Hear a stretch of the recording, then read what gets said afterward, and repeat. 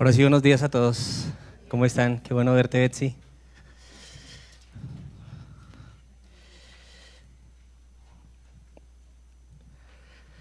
Hoy quiero compartirles acerca del profeta Ageo. ¿Cuántos de ustedes han leído este profeta? Es un profeta menor, fue de los últimos que escribió y vendría a ser como el antepenúltimo libro del Antiguo Testamento en el orden que nosotros lo percibimos. Recuerden que en la Biblia hebrea realmente el último libro del Antiguo Testamento era Segunda de Crónicas, o el libro de Crónicas, porque en hebreo el primero y segunda no existe, solamente es el libro de Crónicas, ¿cierto? Que se reúne con nuestro libro de Reyes y Segunda de Reyes. Eso en la Biblia hebrea es un solo libro, eso solamente es para que conozcamos un poquito más. En este caso, entonces, vamos a ubicarnos en el libro de Ageo. Entonces, quisiera poneros un poquito en contexto de qué sucedía y más o menos qué época era cuando el profeta Ageo escribió. Entonces, para eso quiero remontarme hace aproximadamente 3 meses, hubo aquí una secuencia, no, como 4 meses, una secuencia de predicadores y hablamos de algunos profetas, de algunos reyes, perdón. ¿Se acuerdan que tocamos el libro de Crónicas, el libro de Reyes? En esa oportunidad yo pude compartir acerca del rey Ezequías. Ezequías, más o menos, globalmente para que nos ubiquemos y no nos perdamos, fue en el año 700 a.C. y Ezequías fue uno de los pocos reyes buenos que existió en el reinado de Judá. Esa vez les explicaba, otra vez solamente para que nos ubiquemos, que después de Salomón se partió el reino en dos, el reino del norte y el reino del sur. El reino del norte se llamaba Israel, ¿cierto?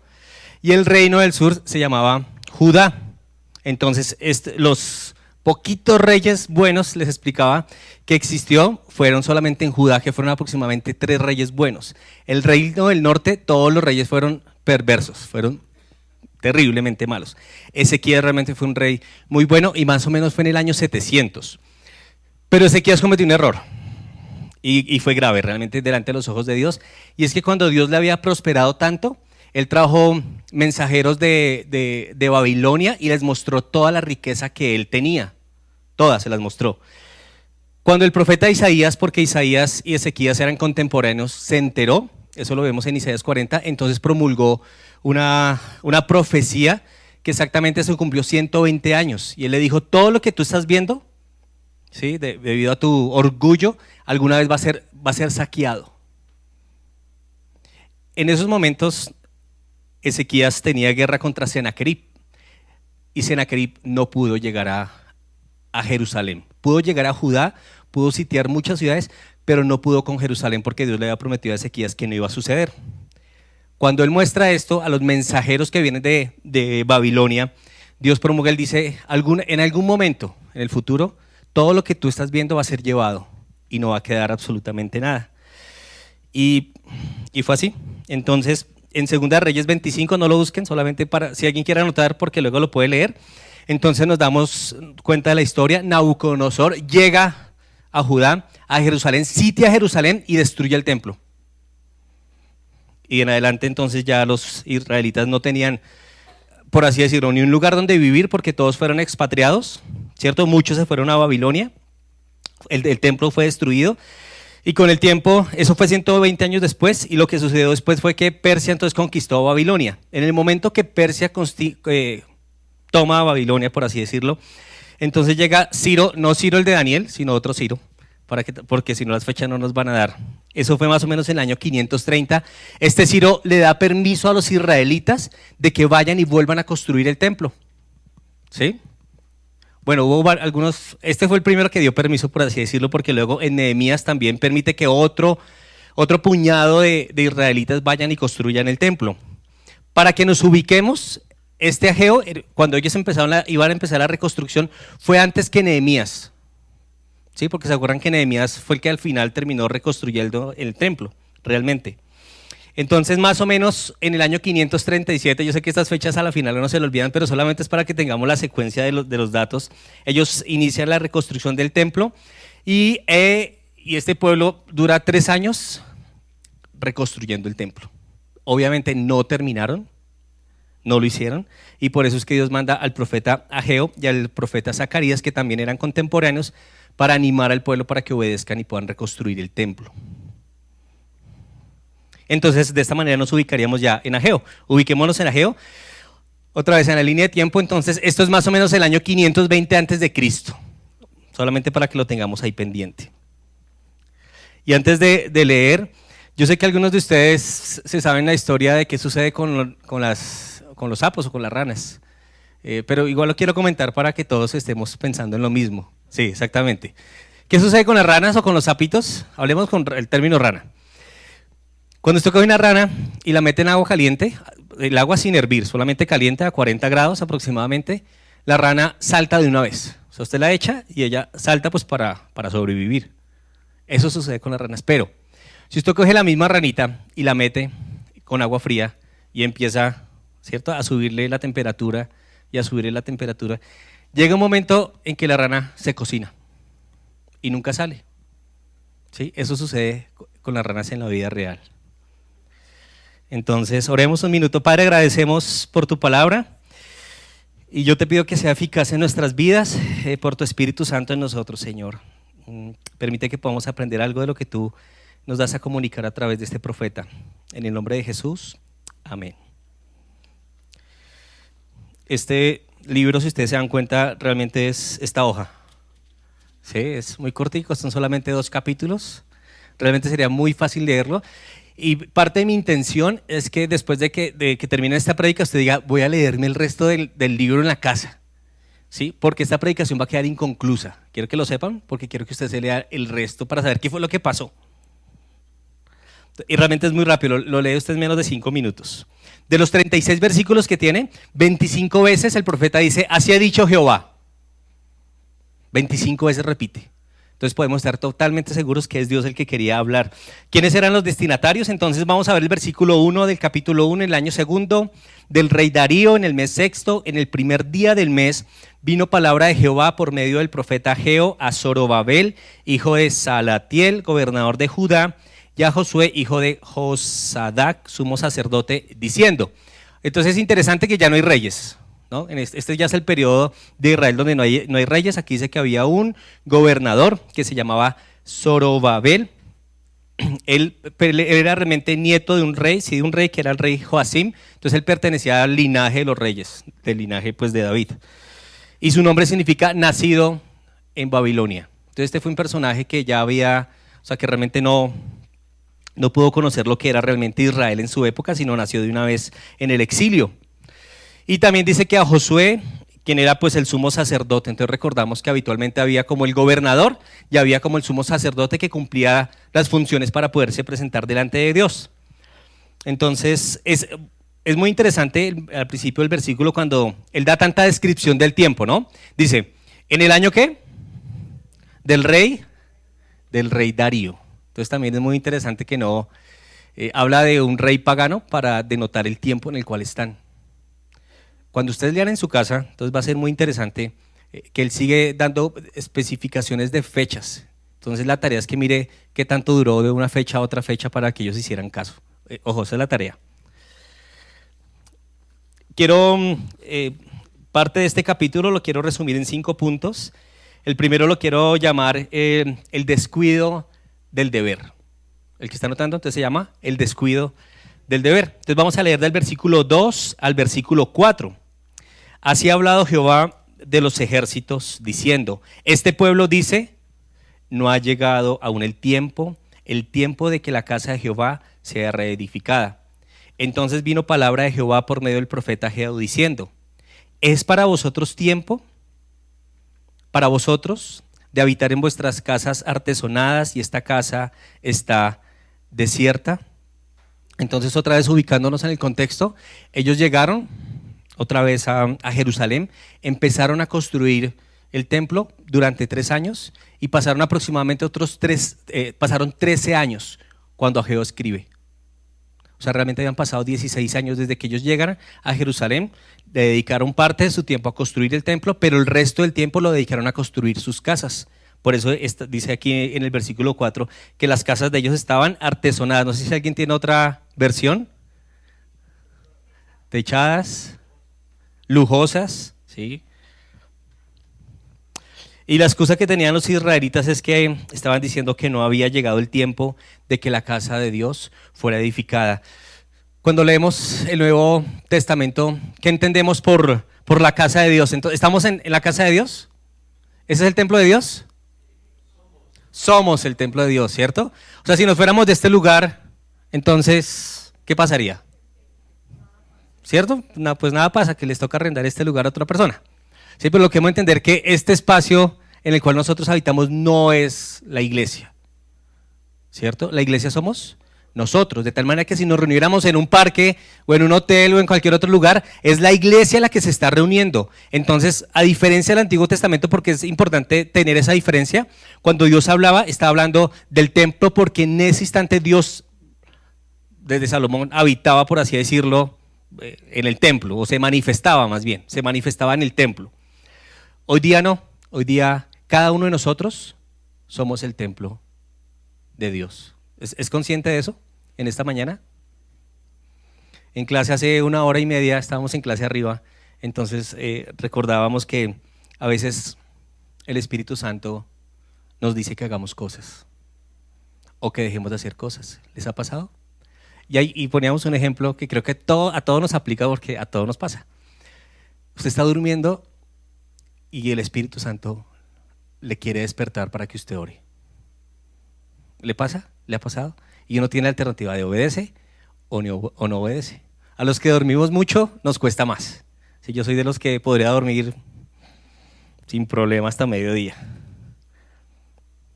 Pero simplemente lo quiero llevar a que nosotros somos el templo de Dios, el templo del Espíritu Santo el Espíritu Santo está en nosotros. Ahora, si quisiéramos traerlo, el contexto a nosotros, cuando ellos decían, no ha llegado el tiempo de que la casa de Dios sea edificada.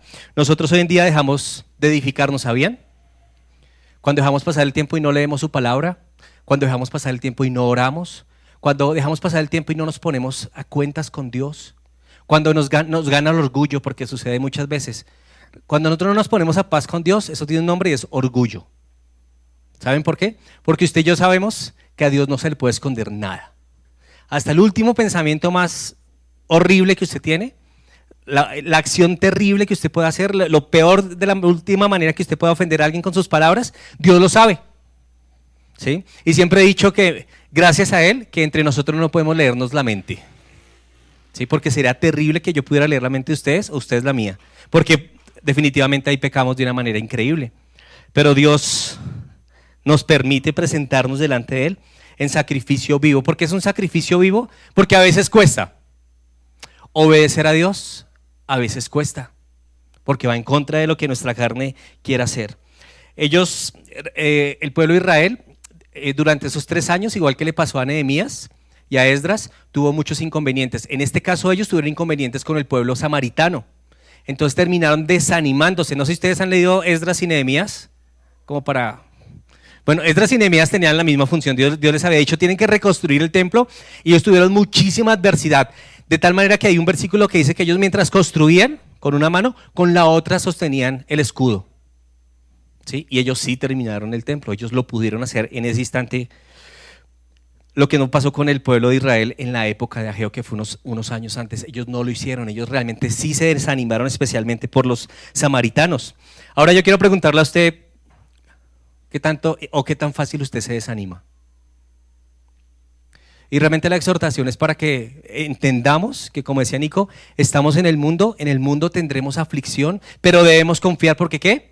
Cristo venció al mundo, y realmente nosotros tenemos enemigos complicados y a veces los resumimos en 3, ¿no? Tenemos nuestra carne, busquemos Romanos 7, por ejemplo, solamente para darle un toquecito y entenderlo un poquito mejor.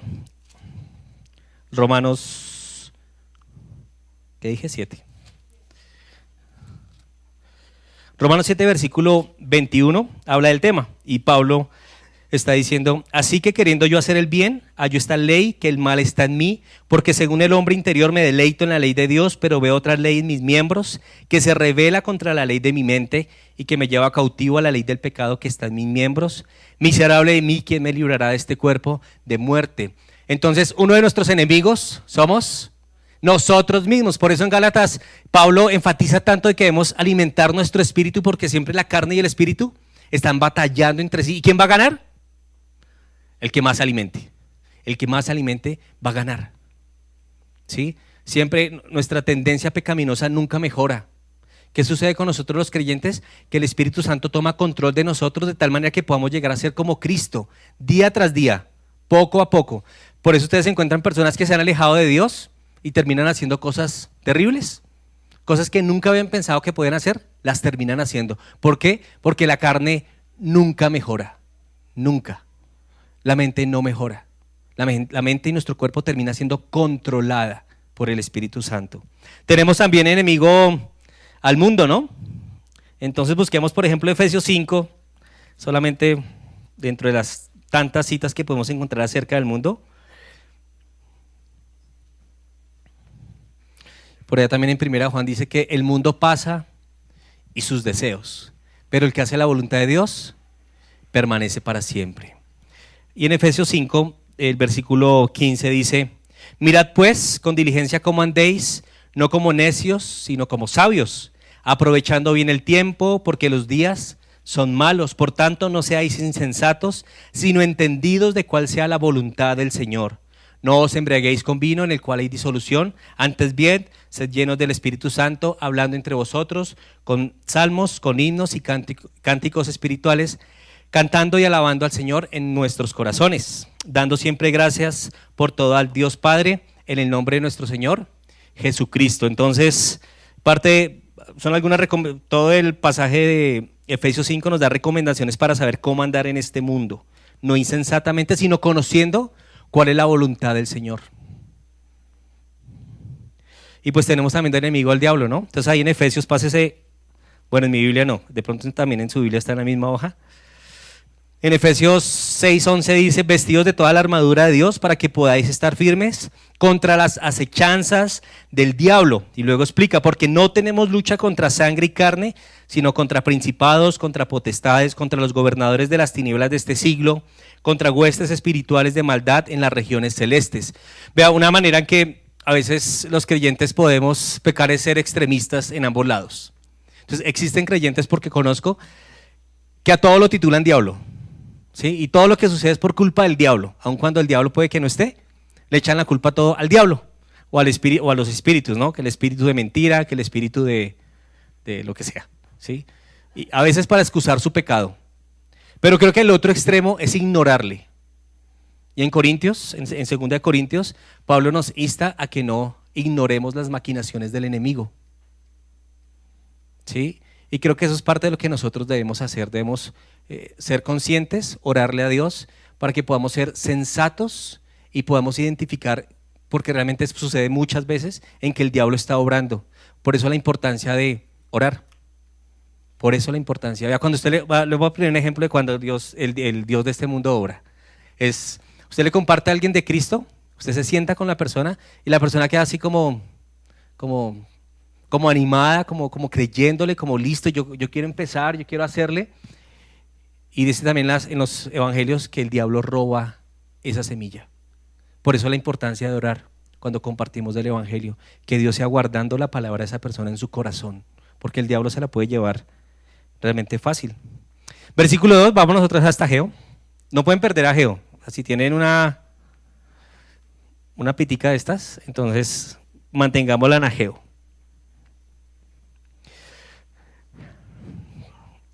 Entonces el pueblo de Israel tuvo muchas excusas para no hacer la voluntad de Dios. Ahora, hoy es 2 de julio, hoy sería como nuestro inicio del segundo semestre. Yo no sé, hace 6 meses, el 2 de enero, ¿qué objetivos usted se puso en su vida? Que haya empezado bien y que por allá en abril como que decayó. ¿Sí? No sé si fue la lectura de la palabra, no sé si fue su tiempo devocional con Dios, no sé si fue su evangelismo de tratar de compartir a una persona a la semana o al mes. No sé qué clase de objetivo usted ya no lo está haciendo, que inició, pero no lo está haciendo. Y parte de lo que quiere Dios en este capítulo es que nos animemos a hacerlo. Si Dios ha colocado algo en su corazón que ha dejado de hacerlo, ánimo. ¿Sí? Dios tiene mejores cosas, como sucedió en el capítulo 2 de Ageo, que usted lo va a leer.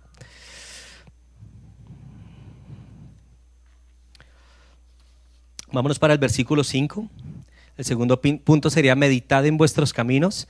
Versículo 5 dice, pues así ha dicho Jehová de los ejércitos, meditad bien sobre vuestros caminos. De vez en cuando hay que meditar, ¿sabía?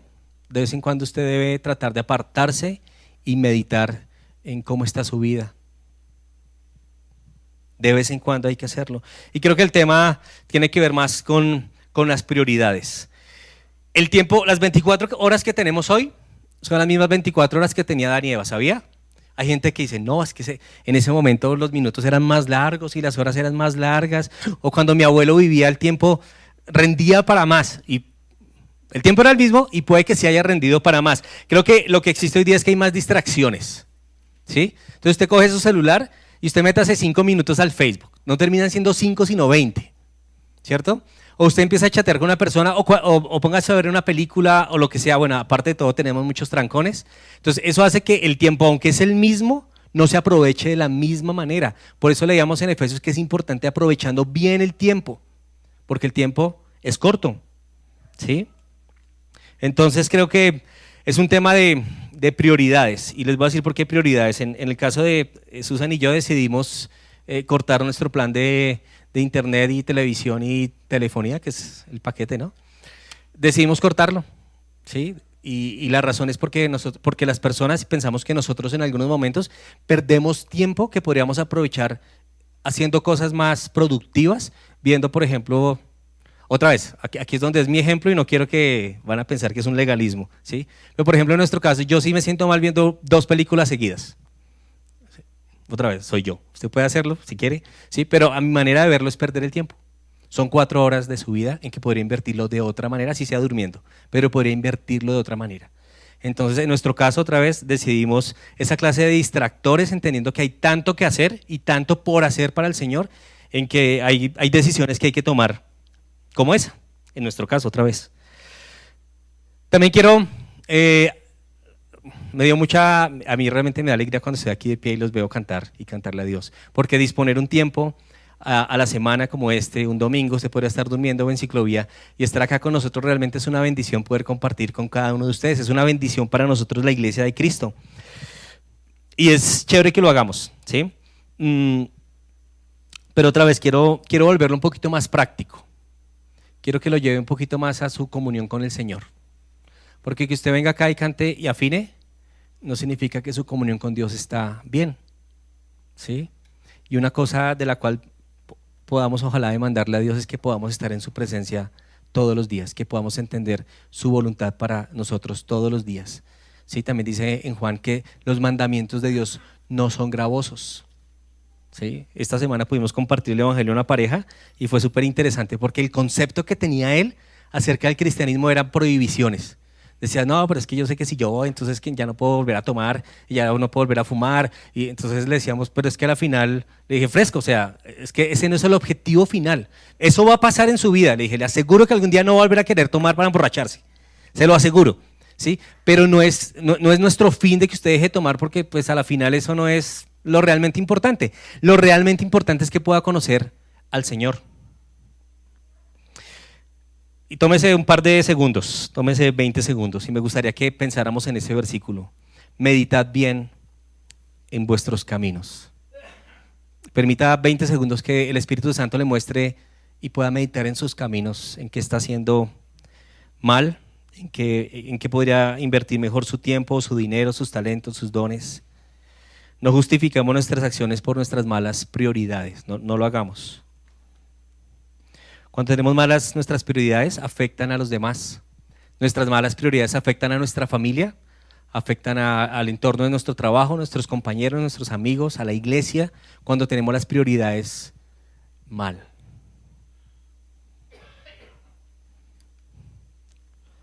Cuando uno comparte, cuando he podido compartir con algunos de ustedes y pues cuando uno les dice, no, pues yo asisto a la iglesia desde que tengo 9, 10 años.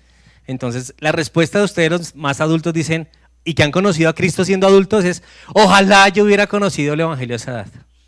¿Sí? Ojalá lo hubiera podido hacer, ¿cierto? ¿Y saben por qué es? Por las decisiones que se toman. Cuando estamos dependiendo de Dios, tomamos decisiones correctas. Y las decisiones correctas afectan a la final toda nuestra vida. Hay poquitos jóvenes acá, pero el rango habitualmente es como entre los 15 y 25 se toman las decisiones importantes, habitualmente, ¿no? Las decisiones importantes en nuestras vidas. La decisión más importante que uno puede tomar en la vida es si sigue o no sigue a Cristo. ¿Por qué? Porque afecta su eternidad. Ya sea para un lugar o ya sea para otro, afecta su eternidad. El 2 es realmente con quién se va a casar. Digo que entre 15 y 25, yo entiendo que en mi caso yo me casé después de los 25, pero realmente con quien usted se casa afecta su vida, ¿sí? Y todos los casados podemos decir que eso es una realidad, eso afecta nuestra vida completamente. ¿En qué se va a dedicar? ¿A qué se va a dedicar usted o qué va a trabajar o qué va a estudiar? Eso afecta su vida. Y cuando tomamos estas decisiones reconociendo que Dios nos puede guiar, simplemente podemos estar tranquilos en que estamos tomando las mejores decisiones. No hay mejor lugar en el cual nosotros podamos estar, sino que en la voluntad de Dios. Cuando usted está completamente seguro de que usted está en la voluntad de Dios, descanse, esté tranquilo. Así no tenga trabajo, así todo vaya supuestamente mal, usted puede descansar. Y los hijos de Dios tenemos ese privilegio, que no sé si usted lo está tomando, y es la paz. Echando toda vuestra ansiedad sobre Él, porque Él tiene cuidado de vosotros. ¿No le parece bonito ese pasaje? Saber que el Dios eterno, el creador del cielo, de la tierra, lo que podemos ver, de lo que no podemos ver, tiene cuidado de mí. Por eso hago un discipulado también con una persona y me pareció súper interesante que decía que cuando nosotros no descargamos nuestras preocupaciones con Él, es un pecado de orgullo. Y es orgullo, porque entonces si yo creo que yo puedo con mis problemas y no lo descargo delante de Él, entonces estoy pecando, porque Él es mucho más poderoso para llevar mis problemas y lo hará muchísimo mejor.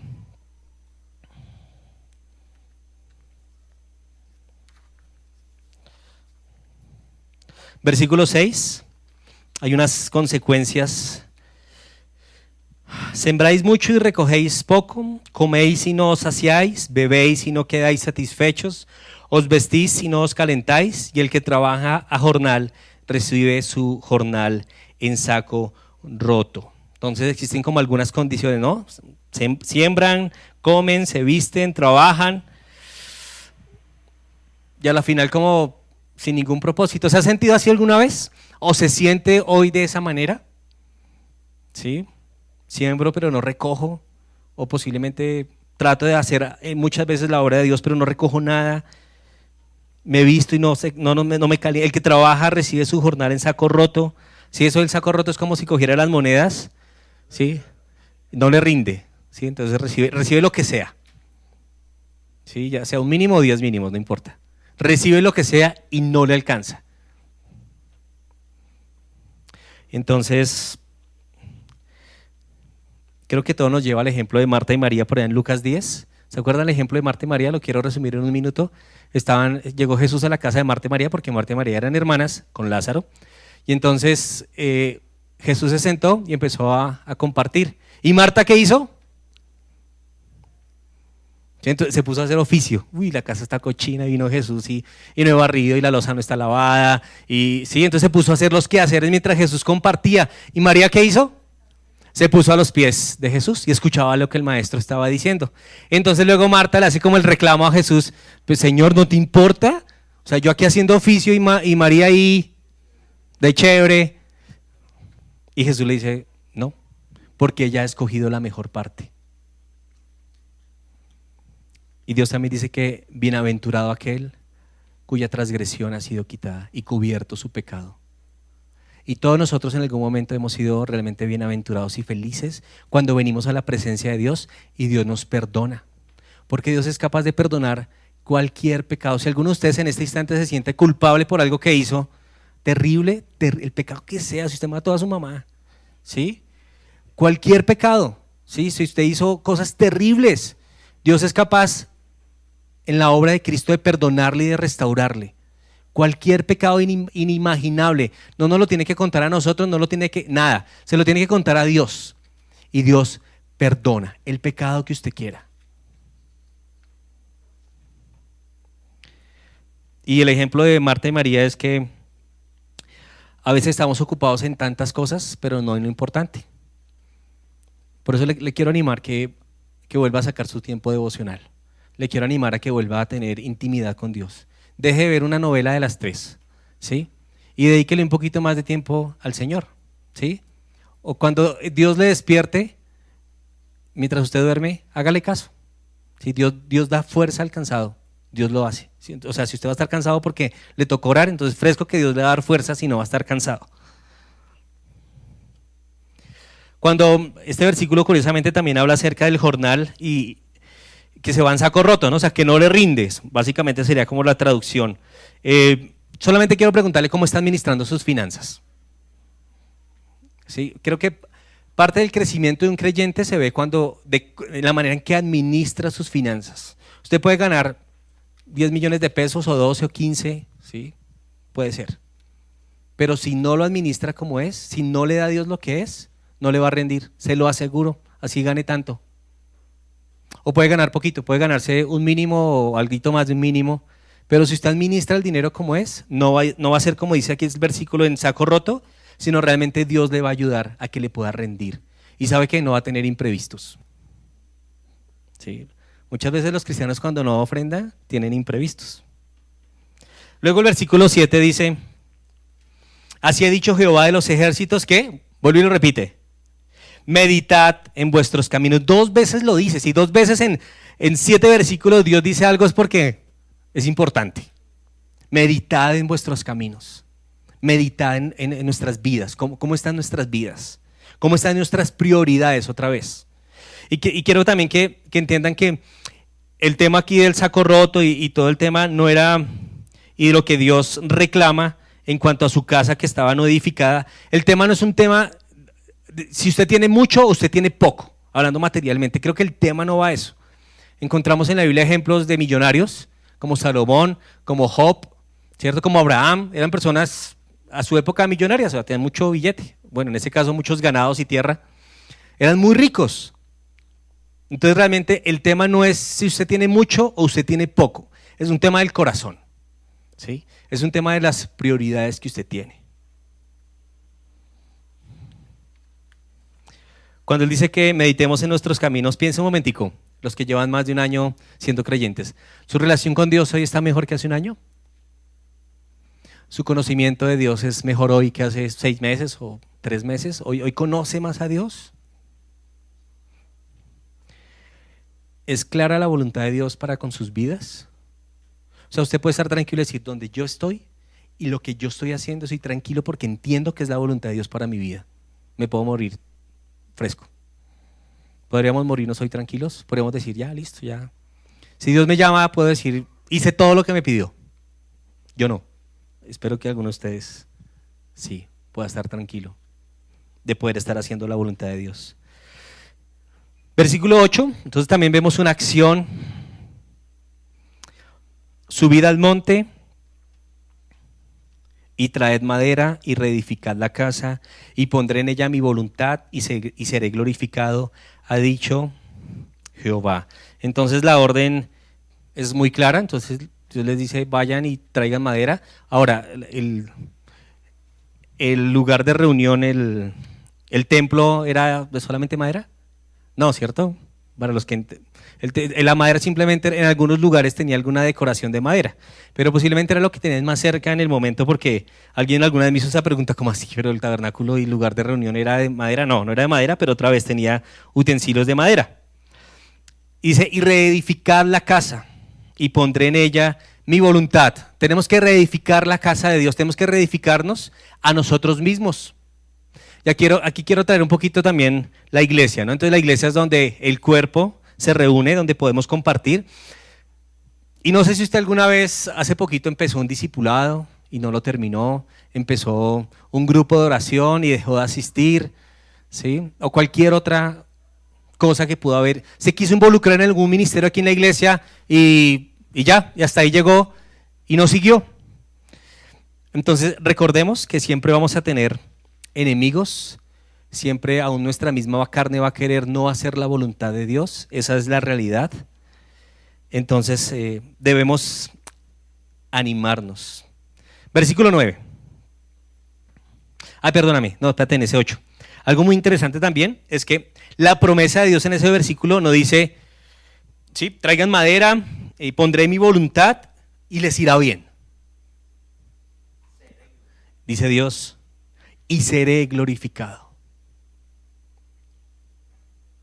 Si ustedes se dan cuenta, la historia de la Biblia obviamente se centra en Jesús, es el centro, pero Dios es un Dios único y lo vemos en este versículo, cuando dice, y seré glorificado. Cuando hacemos la voluntad de Dios, Él es glorificado, donde quiera que usted esté. O sea, no piense que solamente Dios es glorificado cuando un misionero se va a la India y le predica a 10 que nunca han escuchado el Evangelio. No, no solamente. Cuando nosotros hacemos la voluntad de Él donde quiera que estemos, Dios es glorificado. Cuando podemos mostrar el carácter de Cristo a las personas que nos rodean, Dios es glorificado. ¿Y sabe por qué? Porque yo no puedo ir al colegio, por ejemplo, o a la universidad, o al trabajo. ¿Sí? Yo no lo puedo hacer. Cada uno de nosotros tiene un lugar en el cual puede hacer la voluntad de Dios y que su nombre sea glorificado. Y ustedes tampoco pueden ir a mi trabajo o estar con las personas que yo comparto, no lo pueden hacer. Cuando entonces yo hago la voluntad de Dios, Él es glorificado. Y pondré mi voluntad, dice. Versículo 9, vuelve a lo mismo, del versículo 6. Buscáis mucho y halláis poco, y encerráis en casa, y yo lo disiparé en un soplo. ¿Por qué? Dice Jehová de los ejércitos, por cuanto mi casa está desierta, y cada uno de vosotros corre a su propia casa. Entonces otra vez, la casa de todos los israelitas en ese instante estaba totalmente terminada, estaba totalmente bien, habían tenido 13 años para construir su casa, entonces su casa estaba ya terminada, pero la casa de Dios estaba todavía en ruinas. Versículo 10. Por eso se detuvo de los cielos sobre vosotros la lluvia, y la tierra detuvo sus frutos. Y llamé la sequía sobre esta tierra y sobre los montes, sobre el trigo, sobre el vino, sobre el aceite, sobre todo lo que la tierra produce, sobre los hombres y sobre las bestias y sobre todo trabajo de manos. Vea, si usted siente que en ese instante su vida no está funcionando, ¿cuál es la respuesta? ¿Qué es lo que nos dice Ageo 2 veces? Meditad en vuestros caminos. Posiblemente la prioridad no es clara. Posiblemente no está haciendo lo que Dios quiere que usted deba estar haciendo en ese instante, y a Dios le queda supremamente fácil hacer lo que promete, como dice aquí, y llamé la sequía sobre la tierra. Y luego empieza a explicar sobre los montes, sobre el trigo, sobre el vino, o sea, sobre todas las especias que ellos en ese instante, ¿sí?, trabajaban y por las cuales vivían. Dios está diciendo, y simplemente lo puedo disipar. ¿De qué manera? De un soplo, o sea, eso le cuesta a Dios hacer cualquier cosa, realmente para Él es muy fácil disiparlo. Pero también para Dios es muy fácil bendecirnos o ayudarnos. Entonces, quiero que terminemos simplemente pensando en meditar en nuestros caminos y otra vez, y trayendo el ejemplo de la rana. Entonces, que no seamos como esa rana, que simplemente estamos en este mundo y nos dejamos amoldear este mundo, ¿cierto? Y no nos damos cuenta de la manera en que puede estar matándonos, ¿sí?, que puede estar dañando nuestra comunión, especialmente con el Señor, porque sucede, ¿sí? Tratemos de tener una prioridad clara, y esa prioridad debe ser Dios, ¿sí? Saquémosle el tiempo que Él necesita, o sea, que Él necesita, no, que pues Él realmente merecería más, pero por lo menos saquémosle algo de tiempo del que Él nos da a nosotros para tener una comunión con Él. Amén. Muchísimas gracias a cada uno de ustedes por escucharme. Oremos un minuto. Señor, agradecemos por tu palabra, agradecemos porque es viva, porque es eficaz. Y Señor, en las cosas que tú nos muestras que podemos y debemos cambiar, te pedimos, Señor, que tú nos ayudes por tu Espíritu Santo. Pedimos de tu gracia, pedimos de tu misericordia. Señor, y si hay aquí alguna persona que necesita colocar su confianza en ti como Salvador, yo te pido que sea una realidad en esta mañana. Te lo pido en el nombre de Jesús. Amén. Nuevamente, muchas gracias.